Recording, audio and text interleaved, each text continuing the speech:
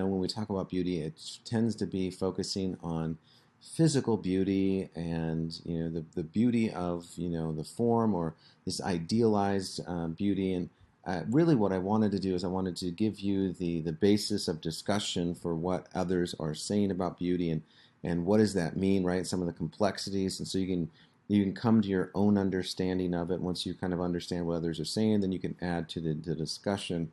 I wanted to then apply this to art, and I wanted to show you just a brief clip from Robert Florzak, and he's going to talk about beauty within the art. And I want you to think about what he's mainly arguing, and again, whether you agree with it or not. And so let's take a look at what he has to say. The Mona Lisa, the Pietà, the girl with a pearl earring. For a score of centuries, artists enriched Western society with their works of astonishing beauty. The Night Watch, the Thinker, the Rocky Mountains.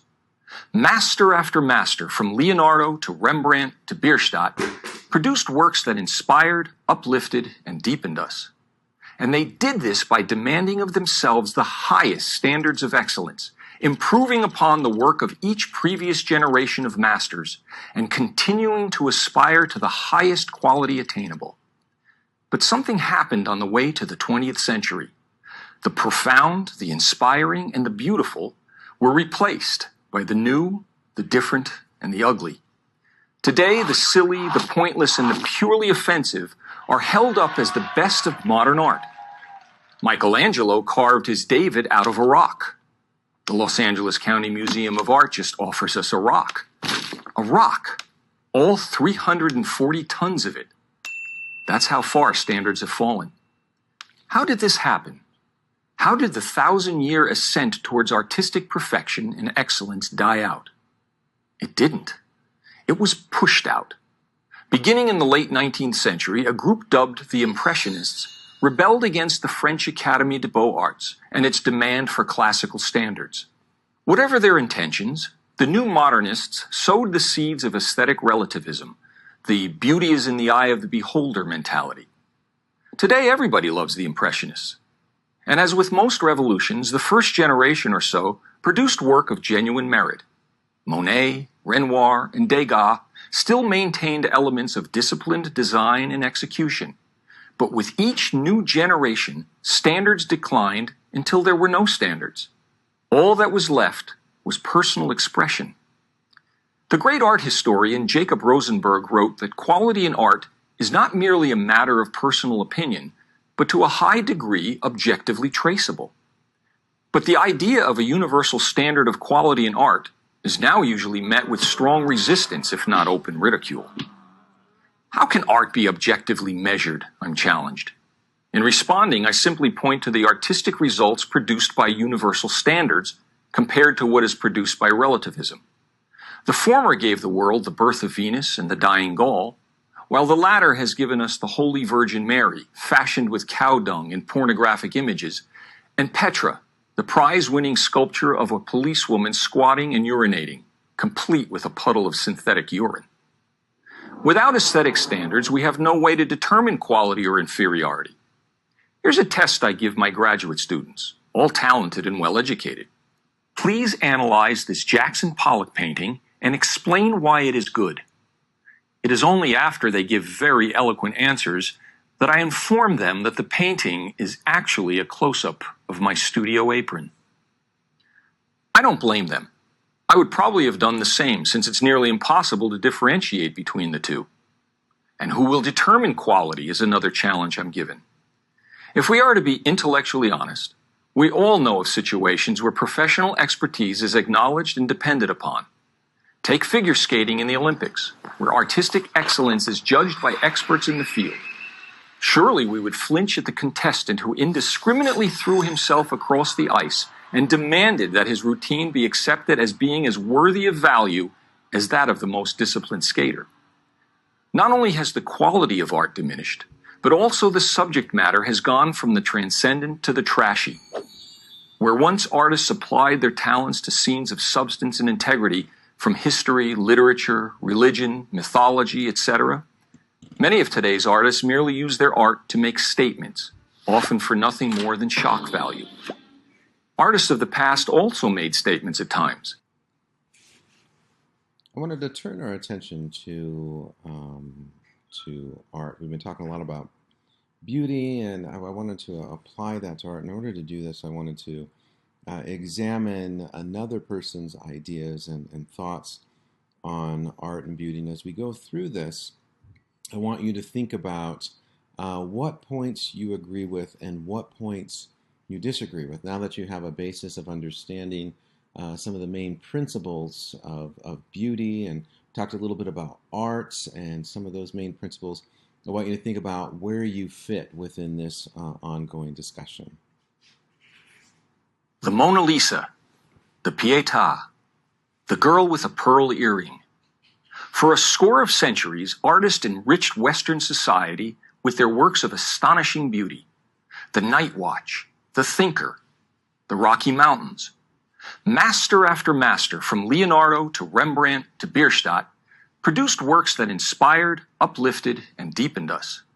And they did this by demanding of themselves the highest standards of excellence, improving upon the work of each previous generation of masters, and continuing to aspire to the highest quality attainable.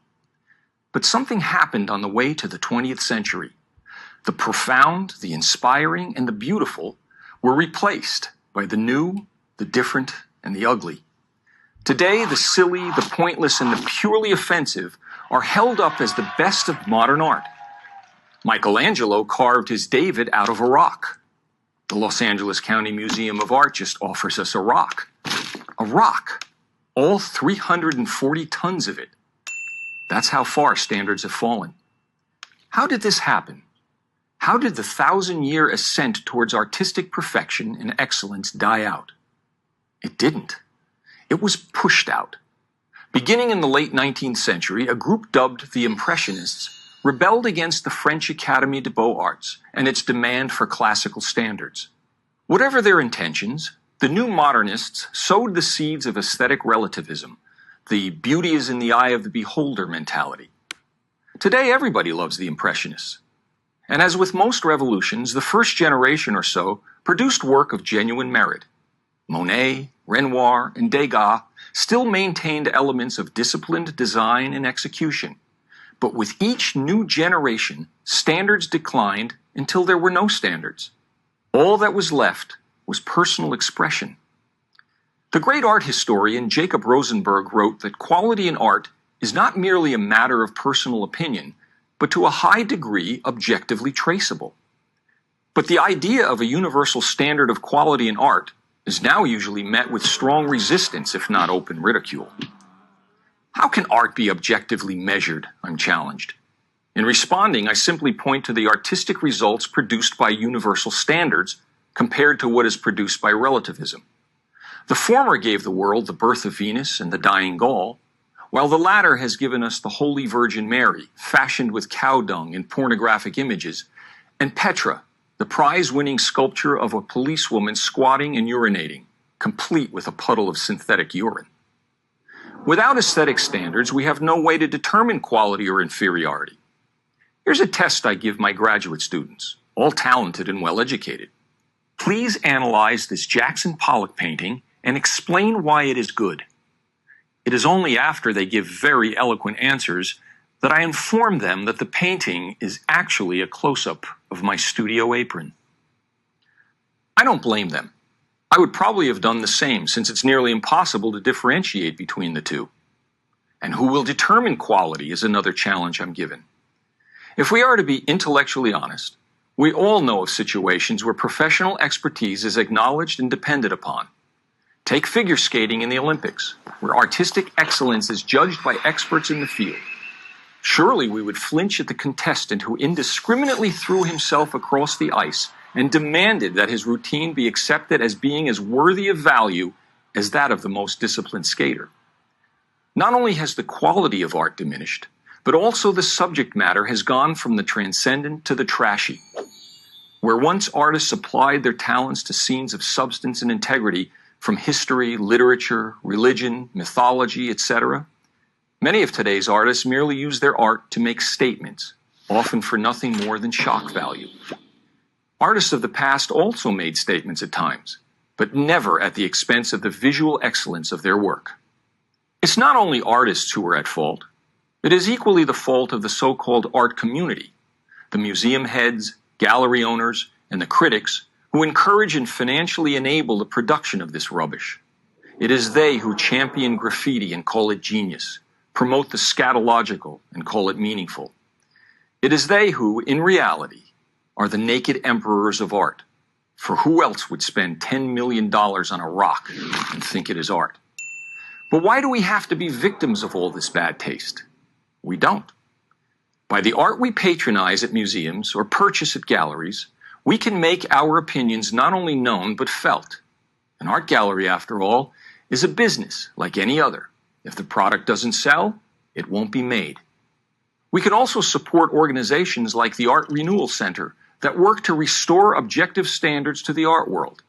And we can advocate the teaching of classical art appreciation in our schools. Let's celebrate what we know is good and ignore what we know is not. By the way, the white background you see behind me is not simply a white graphic backdrop. It is a pure white painting by noted artist Robert Rauschenberg at the San Francisco Museum of Modern Art. I'm Robert Florzak for Prager University. So I'd like you to pause the video and just jot down some points that you agree with and then some points that you disagree with as we continue this discussion of what is art and what is beauty. Where do his ideas match with your own?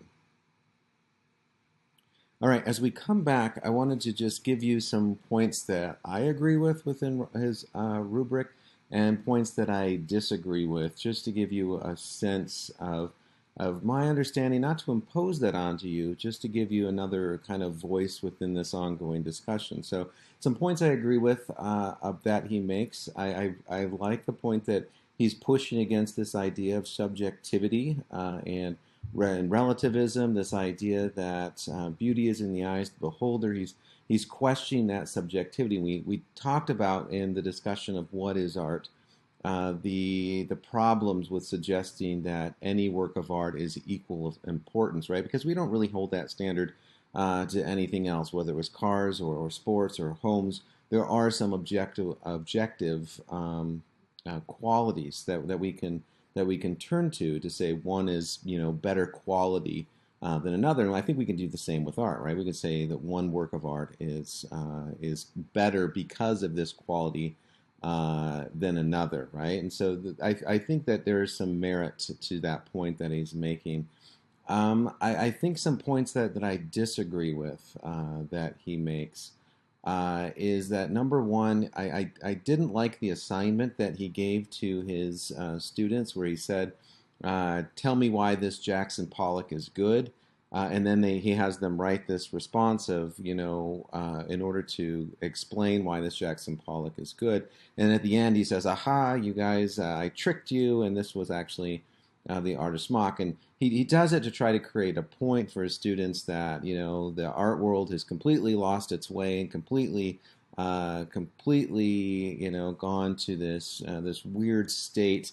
And then to try to bring them back to his definition of beauty. But the problem I have with that assignment is when you tell students, complete this assignment, tell me why this is good, and they think that their assignment is going to be graded based on how well they measure up to that, that argument, then they're going to make arguments about why it's good. And so it's actually a loaded question when you think about it. And so as we think about propaganda and how ideas influence us, we have to actually think about what is the direction of a particular question and what's it trying to do, and are there any hidden biases? And that one had a hidden bias to it.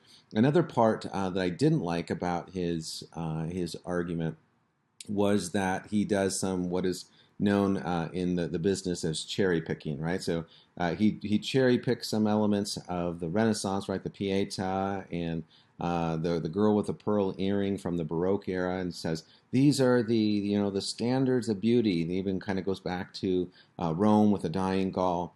And then he kind of selectively chooses some elements from the contemporary art. And so he chooses the best of the best of the Renaissance and Baroque and classical art. And then he chooses kind of the worst of the worst of the contemporary art to say, hey, this rock is, look at how bad standards are because of this rock, or this Madonna with dung, or the squatting policewoman.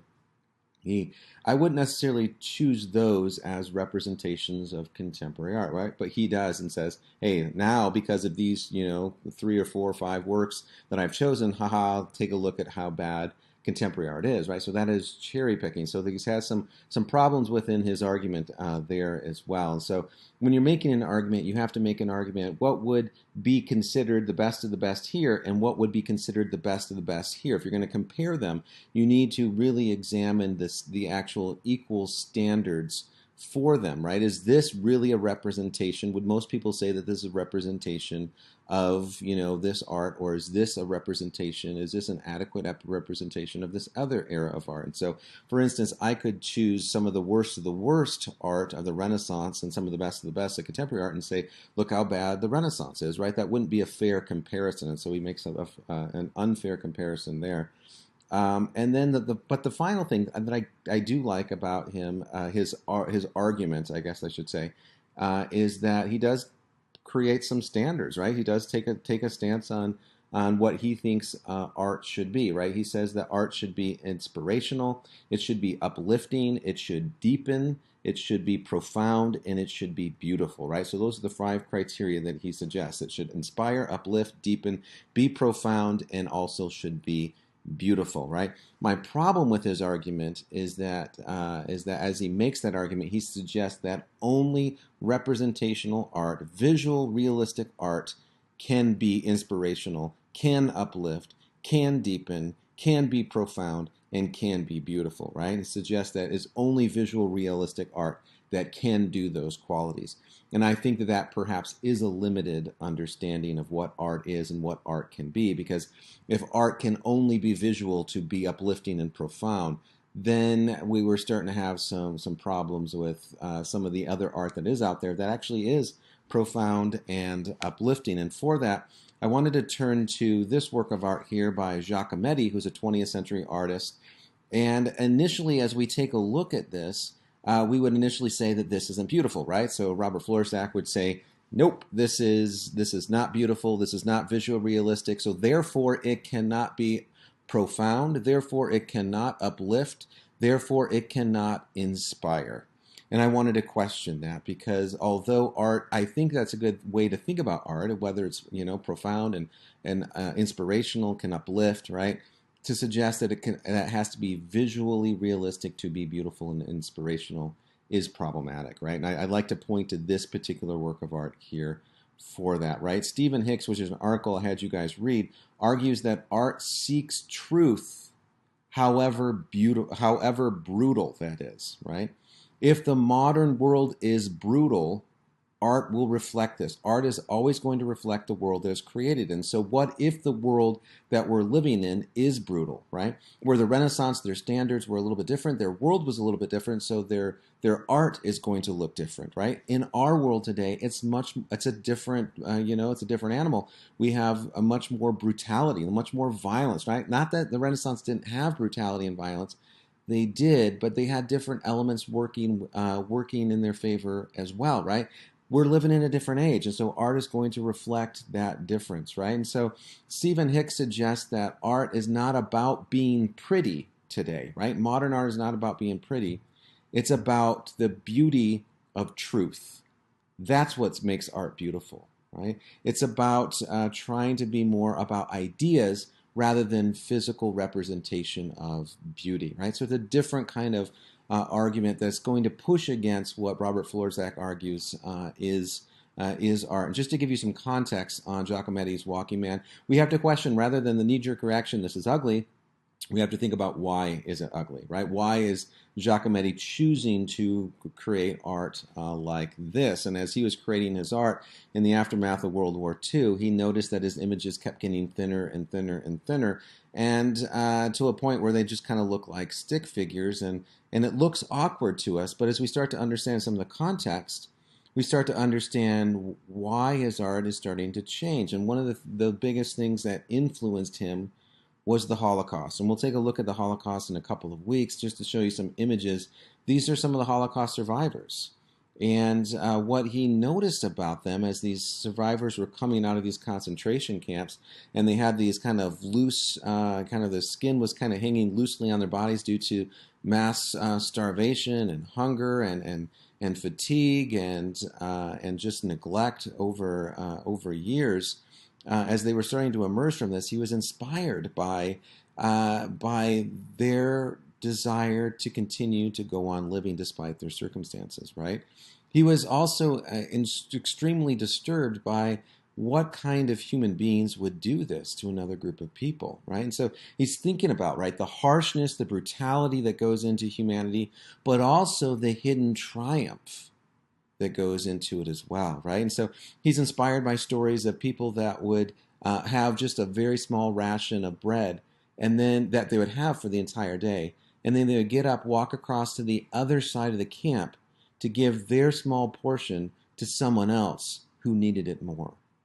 So the tales of heroism, the tales of bravery, the tales of courage to go on, right? And so as he was creating his image, this is what's influencing his work of art, right? And so as we see kind of the bumpiness on the arms here is to reflect kind of the loose skin of these individuals coming out, and the extremely skinny arms and legs are to represent, these individuals that and their mass hunger. And so as he's representing the walking man, he's suggesting that in the modern world, this is where humanity is, right? We're kind of thrown in a brutal circumstances of the 20th and 21st centuries. And now the question is, what are we going to do about it, right? What's interesting about Giacometti's The Walking Man is he calls it the walking man, right?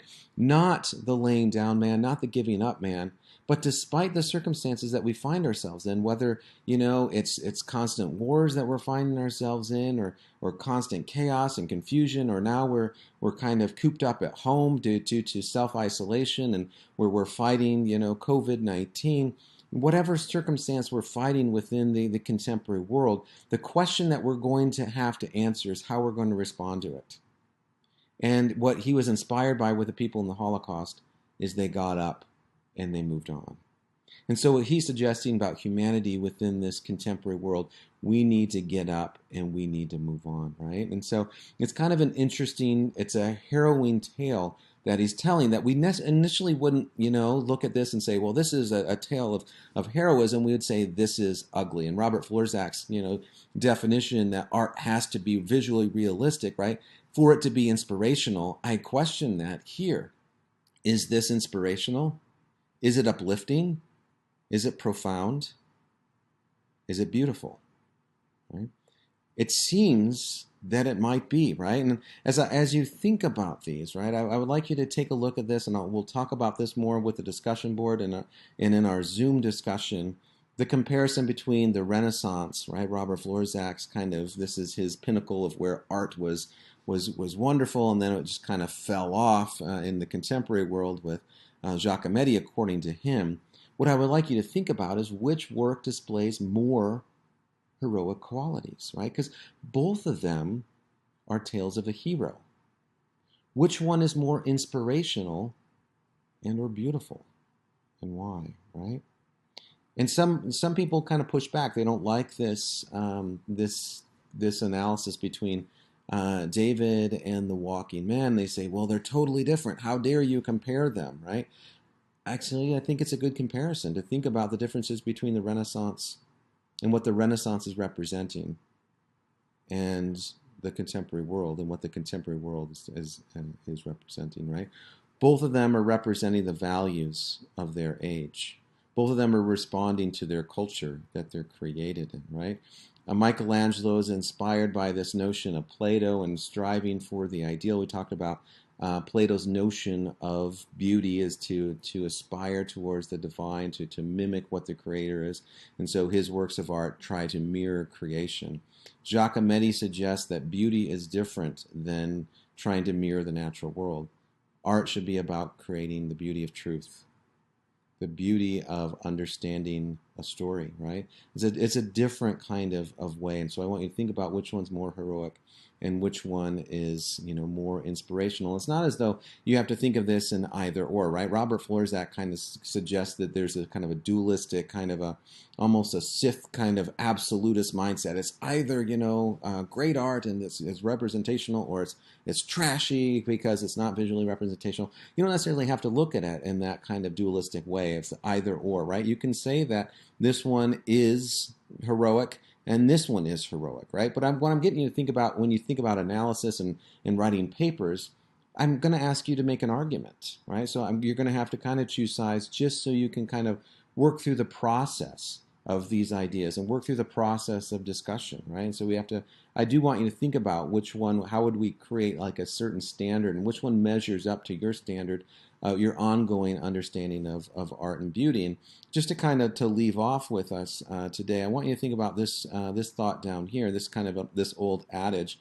Most people think that they know what they like, but they really only like what they know, right? And so that's kind of an interesting kind of thought as we go through, right? The most people, when they don't know about what Giacometti's all about, right, the just initial reaction is, yeah, I don't like that. I know that I don't like that. But then when they start to understand it a little bit more, start to understand the context, their understanding starts to open.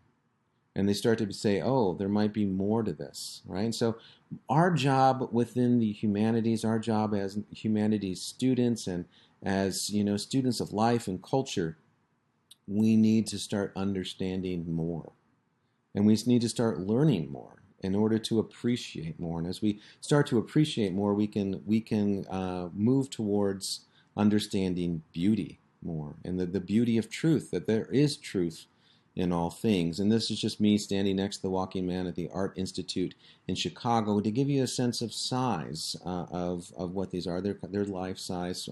Most of them are life size. Some of them he does that are a little bit larger than life size. Some of them are a little bit smaller, but this one is life size. And just to kind of think about this kind of duality of this will be another discussion board topic that I want you to think about. Robert Florzak's definition of art versus Stephen Hicks's argument of art in the article that I had you read. Robert Florzak says that art should uphold traditional or universal standards of beauty, right? These ideas, whether they're biological or divine, whatever the case may be, he suggests that there's these universal notions of beauty, and that's what art should be, right? Stephen Hicks has a different kind of take on that with modern art, suggests that why modern art is not beautiful, right? He kind of tells a different story. Robert Florzak just says the artist just said, you know what, we're going to just be rebellious and we're going to try to be trashy or try to be, charlatans or, trying to trick people into thinking that we're great. Stephen Hicks suggests that there's a different narrative involved with this, that the modern world changes and art adapts to those changes or reflects those changes. Stephen Hicks suggests that art reflects the world to get us to think more deeply about it. And if the world is brutal, then art is going to be brutal to get us to think, to create more awareness about it, right? And rather than just suggesting, hey, the world is brutal and ugly, here, just take a look at this beautiful painting, forget about that for a minute, right? Then it becomes a different thing than art. It becomes more propaganda, and we'll take a look at that, right? But art is mainly to try to drive us to think more about ourselves and our world, and to create more awareness, right? So the beauty of Robert Florzak and his art, he suggests it should be representational. It should be based on our immediate reaction to beauty, that anyone could be able to appreciate it. You don't necessarily need to learn or to study. It should just be immediate to you. You know it's beautiful when you walk into the room.